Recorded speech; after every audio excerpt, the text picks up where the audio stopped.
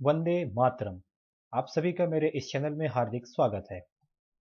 आज का हमारा टॉपिक है मेजरिंग टूल्स का पार्ट 2 है ये। मेजरिंग टूल्स के पार्ट्स 2 में हम विभिन्न प्रकार के मेजरिंग टूल्स के बारे में पढ़ेंगे। मेजरिंग टूल्स का पहला प्रकार है कैलिपर। कैलिपर यह एक साधारण प्रकार का मेजरिंग इंस्ट्रूमेंट होता है जिससे इनडायरेक्टली मेजरिंग प्रोसेस की जाती है।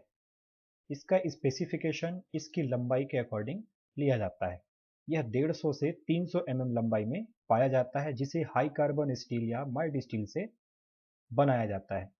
इसकी लीस्ट काउंट यानी कि कम से कम मापने की क्षमता मीट्रिक में 0.5 mm तथा ब्रिटिश में 1/64 इंच होती है।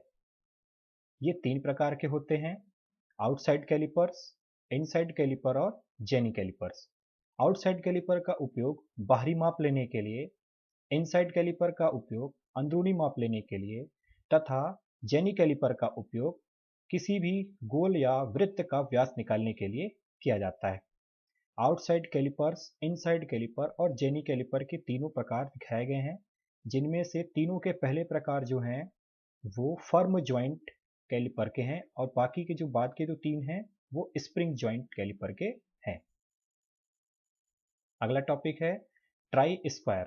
यह भी एक साधारण उपयोग होने वाला मेजरिंग इंस्ट्रूमेंट है जिसे इनडायरेक्टली मेजरिंग की जाती है।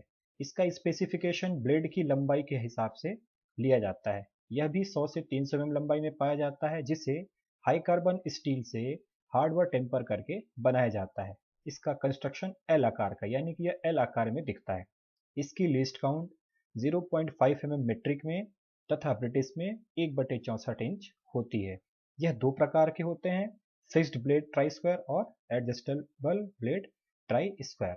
इसका उपयोग किसी जॉब की समतलता या फ्लैटनेस को चेक करने के लिए किया जाता है। यह एक फिक्स्ड टाइप ट्राई स्क्वायर का उदाहरण है। हमारा अगला टॉपिक है स्ट्रेट एज। स्ट्रेट एज यह भी एक साधारण मापन यंत्र है जिससे डायरेक्ट मेजरिंग ली जाती है। इसका स्पेसिफिकेशन इसके लंबाई के अनुसार लिया जाता है। यह 100 से 600 mm लंबाई में पाया जाता है जिसे हाई कार्बन स्टील से बनाया जाता है। इसका एक सिरा लेवल में समांतर तथा दूसरा सिरा बेवल होता है। यह तीन अलग अलग प्रकार में पाए जाते हैं: ऑर्डिनरी, टूल मेकर्स और कास्ट आयरन स्ट्रेट एज। इसका उपयोग किसी जॉब की समतलता को या फिर फ्लैटनेस को चेक करने के लिए किया जाता है। ये स्ट्रेट एज के अलग अलग प्रकार के डायग्राम दिखाए गए हैं। अगला प्रकार है रूल।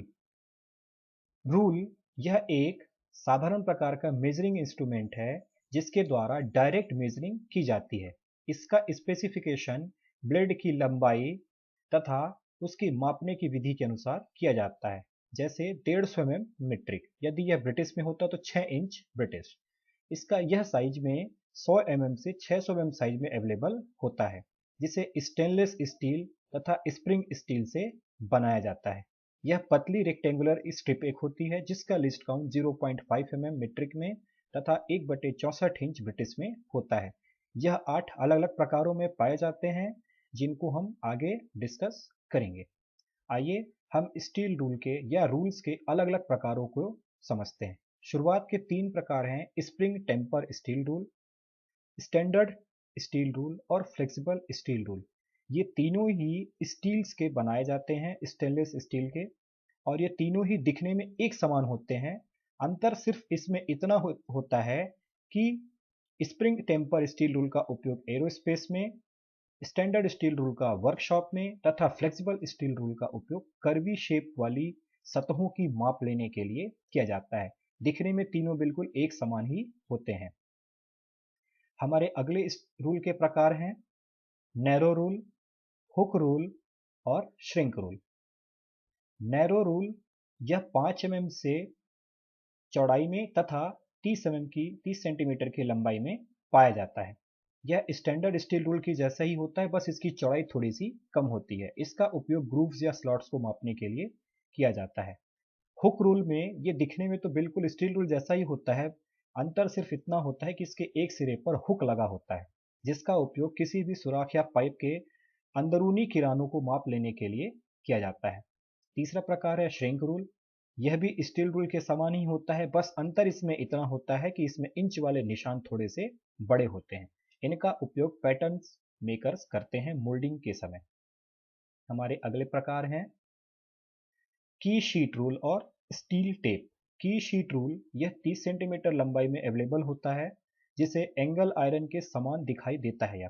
इसका उपयोग कर्वी शेप वाले जॉब की माप लेने के लिए किया जाता है या समांतर लाइन खींचने के लिए किया जाता है। स्टील टेप का उपयोग मिस्त्री वगैरह को आपने देखा होगा करते। यह 2 मीटर लंबाई में पाई जाती है। इसके द्वारा टेढ़ी मेढ़ी सतहों की माप भी आसानी से ली जाती है। कैसा लगा हमारा ये वीडियो, हमें कमेंट सेक्शन में ज़रूर बताएं। आने वाली वीडियो को देखते रहें। तब तक के लिए जय हिंद, वंदे मातरम।